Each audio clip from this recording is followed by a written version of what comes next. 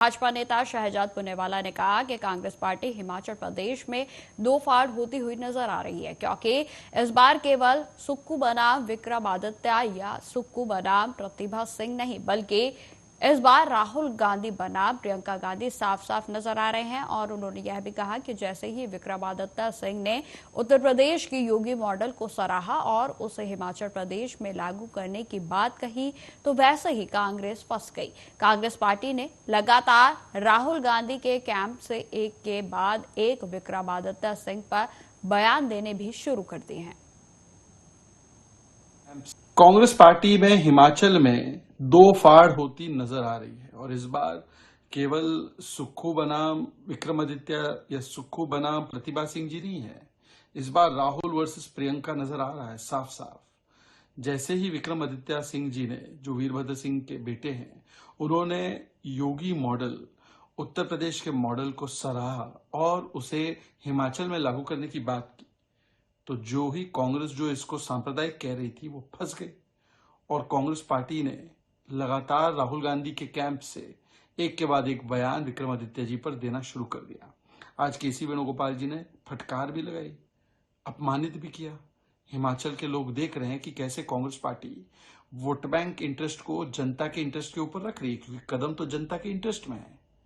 पर ये फटकार के बाद भी ना विक्रमादित्य सिंह जी के तेवर बदले हैं और अब तो धनीराम, जो एक मंत्री है उनके, और धनीराम शांडिल ने भी समर्थन कर दिया है विक्रमादित्य जी का और कहा है कि मैं भी इस कदम के पक्ष में हूं।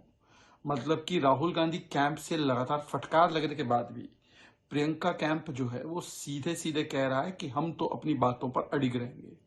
मतलब कि तलवारें खिंच गई है। पर एक बात स्पष्ट है कि वोट बैंक नीति पर चलते हुए कांग्रेस पार्टी जनता की नीति को और जनता के लिए उठाए गए कदम को कैसे पीछे कर देती है। चाहे वो अनिरुद्ध सिंह जी की बात हो, चाहे वो विक्रमादित्य की बात हो, या चाहे वो अब धनीराम शांडिल जी की बात हो। महाराष्ट्र के मुंबई में शिवसेना यूबीटी नेता संजय राउत ने कहा कि मुंबई यूनिवर्सिटी बहुत बड़ी ऐतिहासिक संस्था है और 2 साल से भाजपा और मुख्यमंत्री वहां पर चुनाव रोकने की कोशिश कर रहे हैं। चुनाव की तारीखें 2 बार घोषित की गई, लेकिन डर के बारे सरकार और एबीवीपी चुनाव टालते रहे और फिर हाईकोर्ट के आदेश से चुनाव हुआ और उसमें शिवसेना की जीत हुई। और इससे पता चलता है कि महाराष्ट्र का युवा शिवसेना के साथ खड़ा है, महिलाएं शिवसेना के साथ खड़ी हैं। देखिए, ये मुंबई यूनिवर्सिटी एक बहुत बड़ी संस्था है, ऐतिहासिक संस्था है। मुंबई यूनिवर्सिटी पूरे देश में मुंबई यूनिवर्सिटी का डंका बसता है। 2 साल से भारतीय जनता पार्टी और ये जो मुख्यमंत्री है उनका गुट चुनाव रोकने के लिए कोशिश कर रहा था। 2 बार चुनाव की डेट ऐलान हो गई, मतदाताओं की रजिस्ट्रेशन हो गया, 1-1 लाख मतदाताओं का रजिस्ट्रेशन हो गया, लेकिन डर के मारे ये सरकार और एबीवीपी क्या बोलता है, अखिल भारतीय विद्यार्थी परिषद, चुनाव टालते रहे। आखिर हाईकोर्ट के आदेश से चुनाव हुआ और पूरा पैनल शिवसेना का जीत गया। 10 से 10 सीट, 10 में से जो 9 हमारे उम्मीदवार जीते हैं, उसने कोटा से भी ज्यादा, जो कोटा लगता है जीतने के लिए, उससे भी ज्यादा मतदान लिया है। हमारा जो आखिरी उम्मीदवार है उनको 9 से 6 906 वोट मिले और पूरी एबीवीपी को मिलकर 700 वोट मिले हैं। पूरे। ये दर्शाता है कि महाराष्ट्र का युवा, महाराष्ट्र के राजधानी का सुशिक्षित युवा शिवसेना के साथ खड़ा है। चाहे महिलाएं हो, चाहे युवा हो, शिवसेना के साथ खड़े हैं। ये जीत इसलिए भी महत्वपूर्ण है कि यहां हमने जीत इसलिए हासिल की कि ये वोट खरीदे नहीं जा सके। सुशिक्षित मतदाता, तो एबीवीपी हो, भाजपा हो या शिंदे के लोग हो, जो वोट खरीदने में विश्वास रखते हैं, ये वोट खरीदे नहीं गए जा सकते, बहुत पक्के वोट होते हैं। सुशिक्षित होता है। और दूसरी बात है, ये ईवीएम पे नहीं वोटिंग होता है, ये बैलेट पेपर पर होता है, तो वहां भी गड़बड़ नहीं कर सकते। तो मुंबई यूनिवर्सिटी यानी मुंबई के ऊपर फिर एक बार शिवसेना का भगवा लहराया है। उससे पहले ग्रेजुएट जो हमारी कॉन्स्टिट्यूंसी है वहां भी हम जीत गए, और फिर एक बार मुंबई यूनिवर्सिटी में जीत गए। अब ये शुरुआत है। देखिए, ये मुंबई यूनिवर्सिटी एक बहुत उत्तर प्रदेश के बिजनौर में खेत में चारा लेने के लिए गए किसान पर गुलदार ने जानलेवा हमला कर दिया। गुलदार के हमले से किसान गंभीर रूप से घायल हो गया। आपको बताते चले कि घटना की सूचना पर ग्रामीणों को जैसे ही इस बारे में पता चला तो ग्रामीण घटना स्थल पर पहुंचे, और जहां पर ग्रामीणों की भीड़ ने गुलदार को घेर कर मार डाला। वहीं आपको बताते चले कि सूचना पर वन विभाग की टीम भी मौके पर पहुंची। मृत अवस्था में बरामद वन्य जीव मादा गुलदार के मौके पर पंचनामे की कार्रवाई की जा रही है। तो वहीं गुलदार की मृत्यु के वास्तविक कारणों की पुष्टि मृत गुलदार के पोस्टमार्टम की रिपोर्ट आने के बाद ही होगी। वहीं आपको बताते चले कि थाना किरतपुर इलाके के अमान नगर इलाके की पूरी घटना बताई जा रही है। वैसे तो खतरे से तो बाहर हैं, लेकिन आज जो इन्होंने इसके ऊपर मतलब इनके ऊपर जो गुलदार ने वार करा तो उसे इनके बच्चों ने आ गए, ये उसके ऊपर लेट गए और उसे गुलदार को मार दिया। पहली बार भाई हम तो कहेंगे किसान ने पहली बार अपना कोई अपना आत्मरक्षा में गुलदार का पद कर दिया। गुलदार क्या मर चुका है? ना मार दिया गुलदार को, आत्मरक्षा में मार दिया। क्योंकि कहाँ से कहाँ जा रहे थे? ये माननगर गांव पड़ता है इनका, माननगर से अपनी ड्यूटी के लिए आ रहे थे। होम गार्ड में है ये, अपने बिजनौर के लिए निकल रहे थे वहाँ से। ऊपर पेड़ से कूदा है इनके ऊपर, और पीछे से बच्चे आ गए तो इनका जो हाथ है इन्होंने पूरा हाथ उसके मुंह में ले लिया और उसके ऊपर लेट गए। बस इतने बच्चों ने आगे उसको मतलब फावले से और अपने कृषि यंत्र से बाहर कर दिया। अच्छा, गुलदार लगातार हमले कर रहा है, इसको लेकर आपका क्या कहना है? भाई गुलदार जो बार बार हमले कर रहा है, इसमें कहीं ना कहीं भाई नरभक्षी तो ये एक तो नरभक्षी है नहीं, इसका तो स्वभाव है मांस खाना। ये सभी नरभक्षी हैं। इस पर जल्दी जितनी जल्दी वन विभाग अपना एक्शन ले, वरना भाई किसान अपने बारे में अपना भी सोचेगा। वैसे तो खतरे से तो बाहर।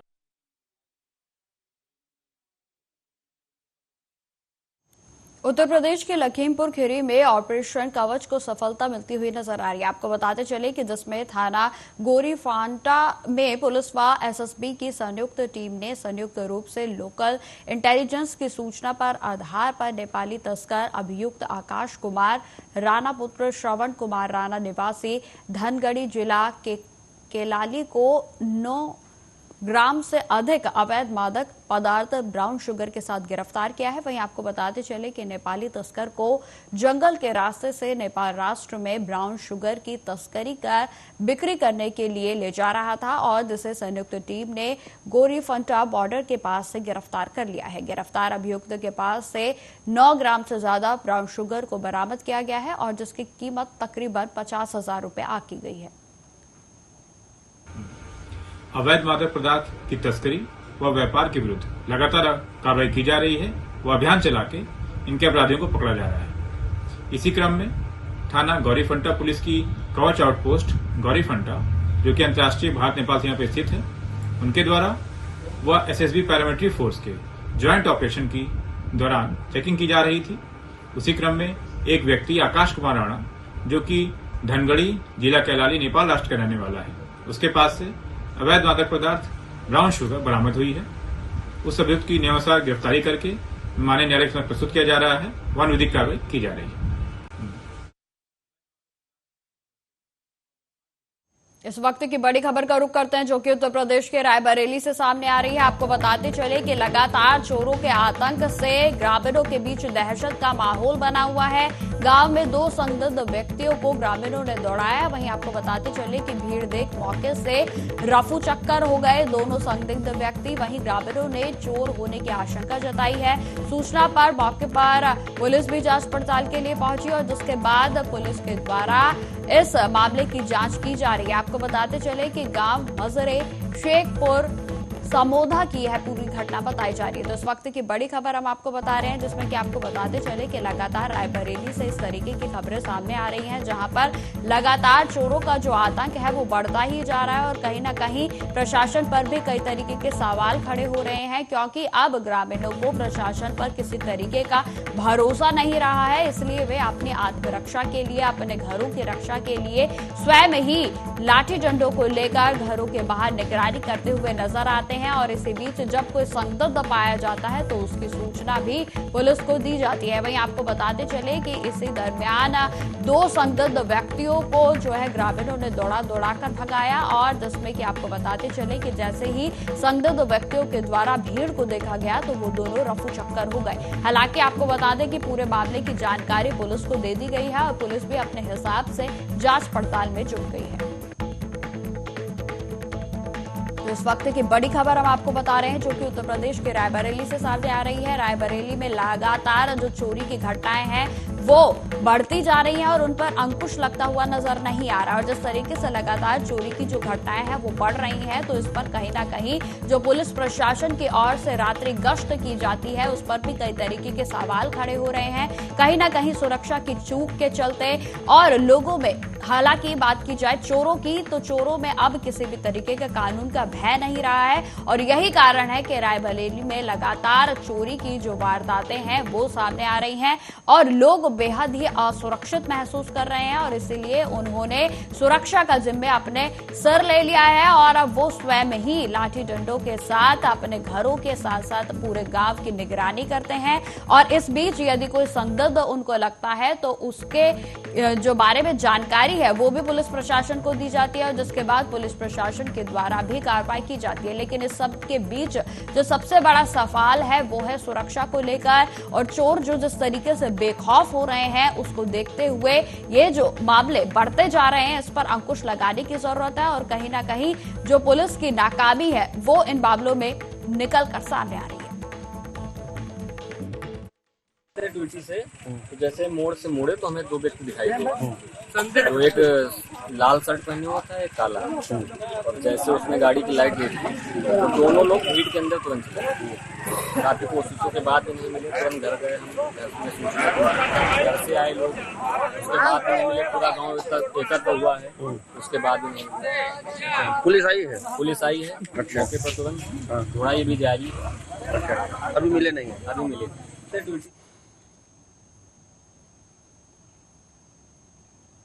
बिहार के मधुबनी जिला जयनगर थाना क्षेत्र के निबंध कार्यालय के समीप ही बीएनएस के प्राथमिकी नामजद अभियुक्त शिवानंद तिवारी साकनी को आपको बताते चले कि भमनोली थाना नारायणपुर जिला भोजपुर, दूसरा सौरभ राय उर्फ सोनल राय साकिन परसा थाना जयनगर जिला मधुबनी के विरुद्ध कांड दर्ज कर अभियुक्त फर्जी सिपाही शिवानंद तिवारी को पुलिस ने गिरफ्तार कर लिया है। आपको बताते चले कि गिरफ्तार अभियुक्त के पास से पुलिस ने एक नकली पिस्टल कवर के साथ भी बरामद की है। तो वहीं दूसरा नामजद फर्जी सिपाही सौरभ राय अभी भी पुलिस की गिरफ्त से बाहर है और लगातार उसकी गिरफ्तारी के लिए पुलिस के द्वारा छापेमारी की जा रही है। मामला है कल दिनांक 26/9/2024 को जयनगर थाना प्रभारी को गुप्त सूचना मिलती है कि फर्जी तरीके से एक सिपाही जो है पुलिस की वर्दी का इस्तेमाल करके घूम रहा है।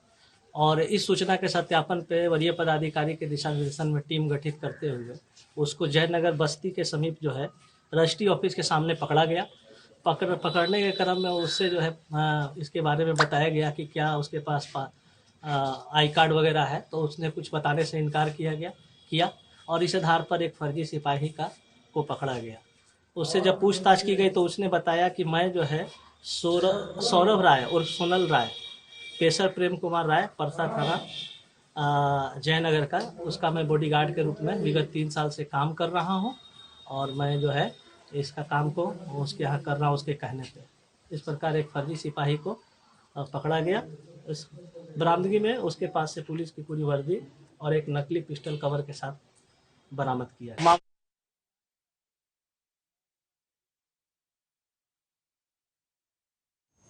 बिहार के मुख्यमंत्री नीतीश कुमार के गृह क्षेत्र नालंदा में पुल निर्माण की एक अनोखी कहानी सामने आई। आपको बताते चले कि करीब 20 साल बीत जाने के बाद भी आज तक उस पर परिचालन शुरू नहीं कराया जा सका है। नालंदा के नरोर गांव में 20 साल पुराना यह पुल ग्रामीणों को नोनिया नदी पार कर आना जाना पड़ता है। आपको बताते चले कि अस्थावा विधानसभा के बींद प्रखंड के नरोरा गांव के सन 2000 में तत्कालीन विधायक सतीश कुमार के द्वारा लाखों रुपए की लागत से नोनिया नदी पर इस पुल का निर्माण कार्य करवाया गया था। पुल निर्माण कार्य के पूरे होने के बाद भी आज तक इस पर प्रॉपर तरीके से प्रस्थान जो है वो नहीं जोड़ा गया है। और वहीं आपको बताते चले कि जिसके कारण पिछले 20 सालों से यह पुल चालू नहीं किया गया। सरकार और ग्रामीण कार्य विभाग की उदासीनता के चलते आज दर्जनों गांव के हजारों ग्रामीणों को बरसात के वक्त भी बरबीघा जाने के लिए नोनिया नदी को तैरकर जाना पड़ता है। सारे ग्रामीणों ने बताया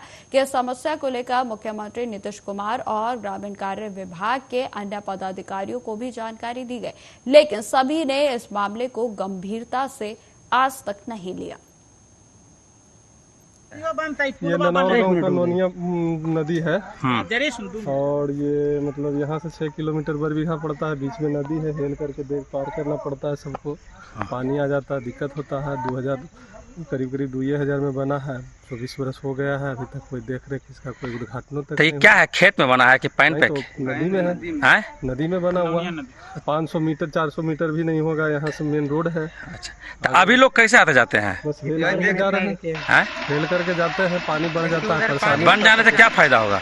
यहाँ से 6 किलोमीटर बरबीघा जाने में सबको आसानी होगा। क्या नाम हुआ आपका? रवि रंजन कुमार। चालू फायदा होने से ही फायदा है कि 2 जिला एक साथ से, पूरा जिला और नालंदा जिला जुड़ जाएगा मात्र 6 किलोमीटर की दूरी से।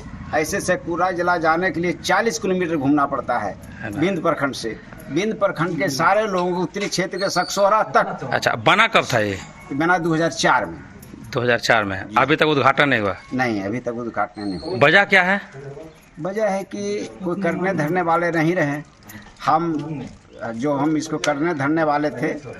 मैं जेल चला गया था किसी कारण बस। तो अनदेखी हो रहा ना तब से अनदेखी हो रहा है। क्या नाम? विभाग के द्वारा अनदेखी हो रहा है। 4 बार आई। कौन विभाग है इसको बनाएगा? इसको बनाएगा आरयू। क्या नाम हुआ आपका? कौशलेंद्र प्रसाद, जेपी स्वतंत्रता सेनानी। चालू फायदा होने। बिहार के झाझा प्रखंड के निजी अस्पताल जो कि बालाजी के नाम से जाना जाता है, जहां पर एक प्रसूता की जान चली गई। आपको बताते चले कि परिजनों से मिली जानकारी के अनुसार महिला की डिलीवरी होनी थी और डिलीवरी को लेकर परिजन किसी दूसरे अस्पताल जा रहे थे, लेकिन दूसरी तरफ रेफरल अस्पताल की एक आशा ने कुछ कमीशन के चक्कर में प्रसूता को इस अस्पताल में पहुंचा दिया।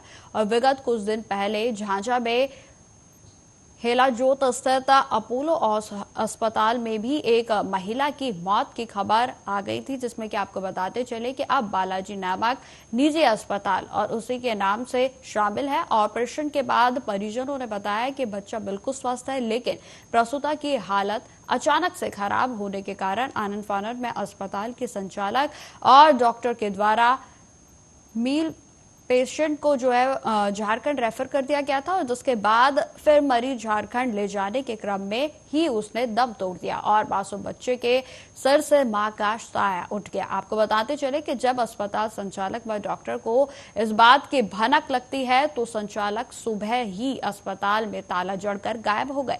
तो वहीं दूसरी तरफ मृत महिला को वापस अस्पताल लाया गया, लेकिन अस्पताल में ताला देख परिजनों में खलबली मच गई और लोग इकट्ठा होने लगे। और अब सवाल यह उठता है कि आला अधिकारी क्यों नहीं ऐसे अस्पतालों पर लगाम लगाते हैं? आखिर कहां सोया पड़ा है ड्रग्स इंस्पेक्टर जो कि दवाइयों की क्वालिटी को जांच करे और जिस तरीके से मौत हो रही है उनकी भी जांच की जाए।